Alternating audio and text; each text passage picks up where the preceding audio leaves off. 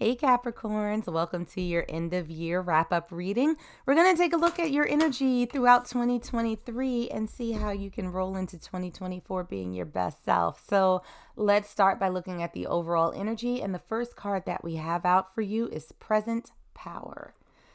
I kind of love this for you. This dude on the card is standing in between like a tiger and a lion, and he is holding dominion over both of them.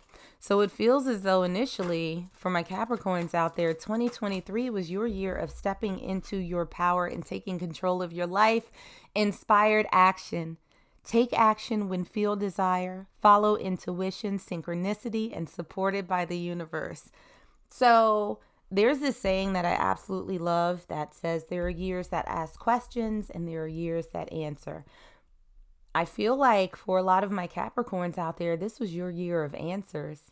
And as you built up those answers to the many questions that you had about who you are, how you show up in life, what it is that you want out of this 3D existence, that you felt emboldened, that you felt very empowered to step into your full authentic self and live life on your terms.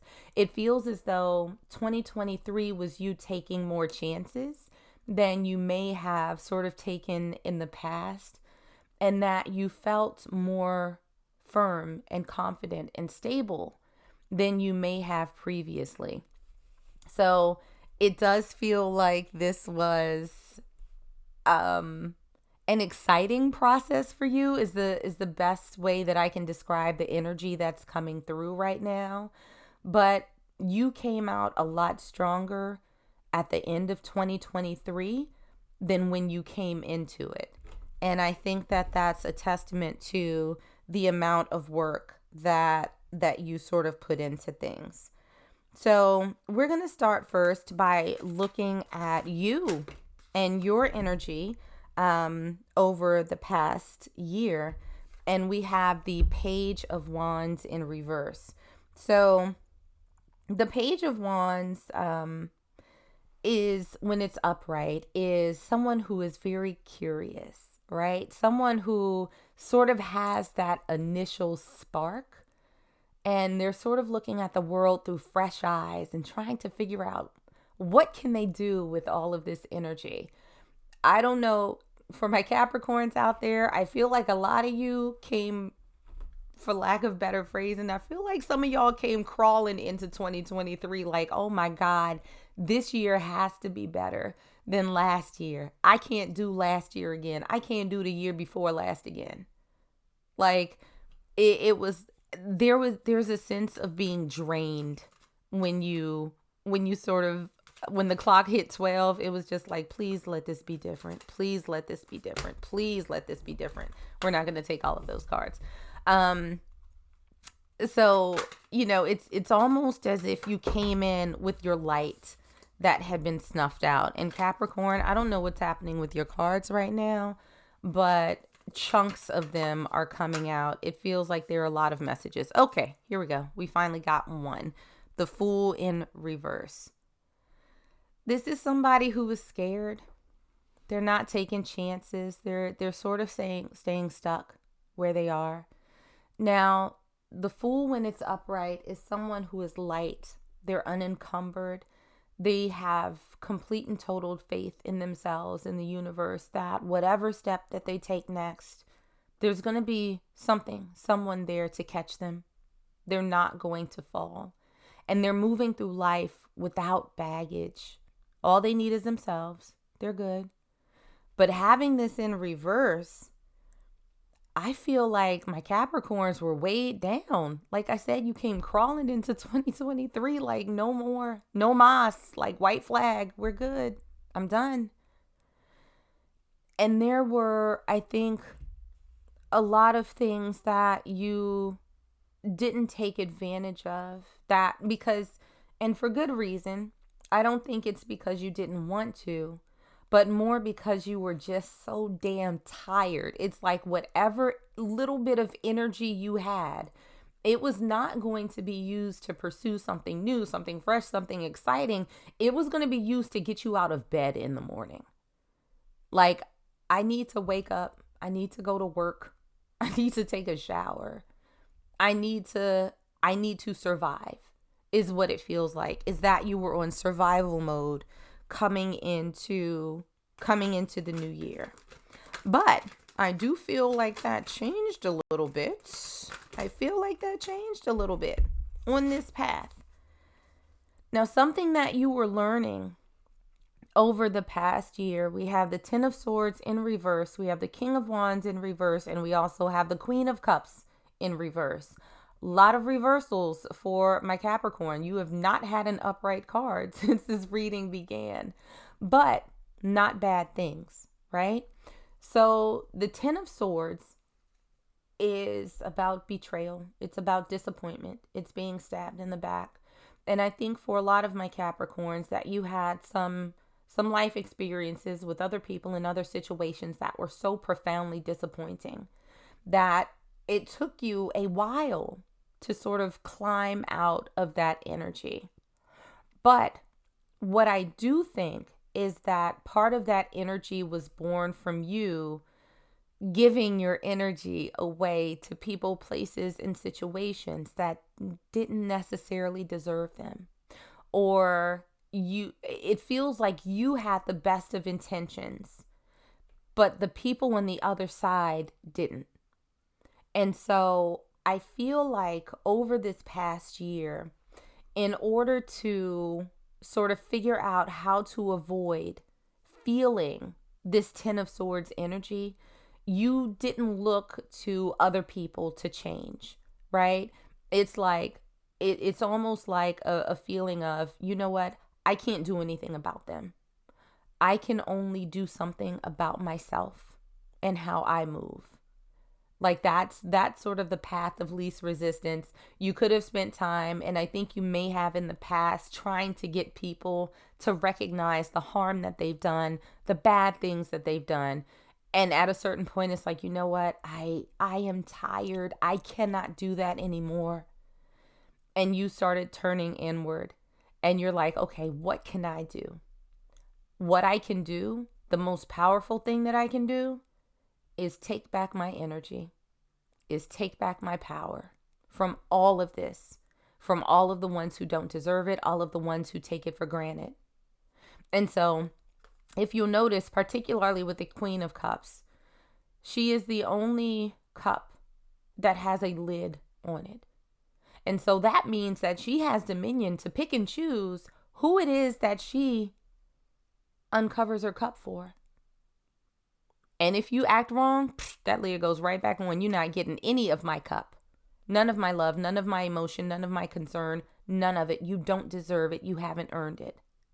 And so I do think that was I think, fairly harsh lesson, Capricorn, that you were learning over the past year, how to sort of modulate what it is that you give to other people. Now, it does feel like this lesson changed you in a really profound way, because we have the Four of Pentacles in reverse, the Three of Cups in reverse, and you finally got your first upright card, which I absolutely love for you, Capricorn. Now, with the Four of Pentacles and the Three of Cups, both of those in reverse, I feel like you have lost some relationships over the past year. You have. And those were relationships with the Four of Pentacles that you may have been holding on to a little bit too long, a little bit too tight, even though they weren't necessarily serving you. And so your changes throughout the year is that you let them go. And I don't think that you're in a place where you wish them any ill or you wish them any harm. It's one of those things where I wish you joy, I wish you peace, I wish you far away from me, is sort of the vibe that I'm getting. And in doing so, you opened yourself up to possibilities that exist. You opened yourself up to all of these options that are out there in the world that you may not necessarily have seen if you had still remained in these friendships, in these situations, in these relationships that were no longer serving you. So that's a pretty big change. Letting go of things that you fought so hard for, that you invested a lot of time and a lot of energy into. Letting those go is not easy. But I think that at a certain point, you realize that that was going to be the best thing for you, that that's what you needed to do. So, something that may have held you back this year, we have the Page of Swords. And Capricorn, I love that this card came out for you because the Page of Swords is a young, rather naive energy. It's my watcher card. There's not a lot of action, right? It's almost like, you ever seen somebody sort of square up in a fight and they're bouncing back and forth and they like, come on, son, come on, son.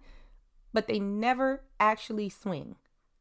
I feel like everybody's seen that, at least on Al Gore's internet at some point, right? So I feel like that was you, Capricorn. Like, there were things that you knew weren't right. They didn't feel good. And so here you are, you're wielding your sword, right? To sort of say something, to sort of do something, but then you froze. Like, you're just holding your sword. Like, you look like you might swing, but you never actually swung until you did, which is a good thing. It took a while, I think, Capricorn, for you to get to that place where you were finally ready to swing. And when you did, it was glorious, because then you were able to allow the Emperor to come out. But I think in this case, when it comes to things that held you back, Capricorn, you were so loyal and you were so 10 toes down in these relationships, in these situations where you really thought you were doing the right thing and that they were coming and that they would come around eventually, that things would all sort of work out. And you may have kept yourself a little bit stuck because of that stubbornness. And, it's kind of like, why didn't you have that same level of loyalty to you and your feelings as well? And I think that that's what you developed over time. But the Emperor can be a very stubborn person, right? They're not particularly easily moved.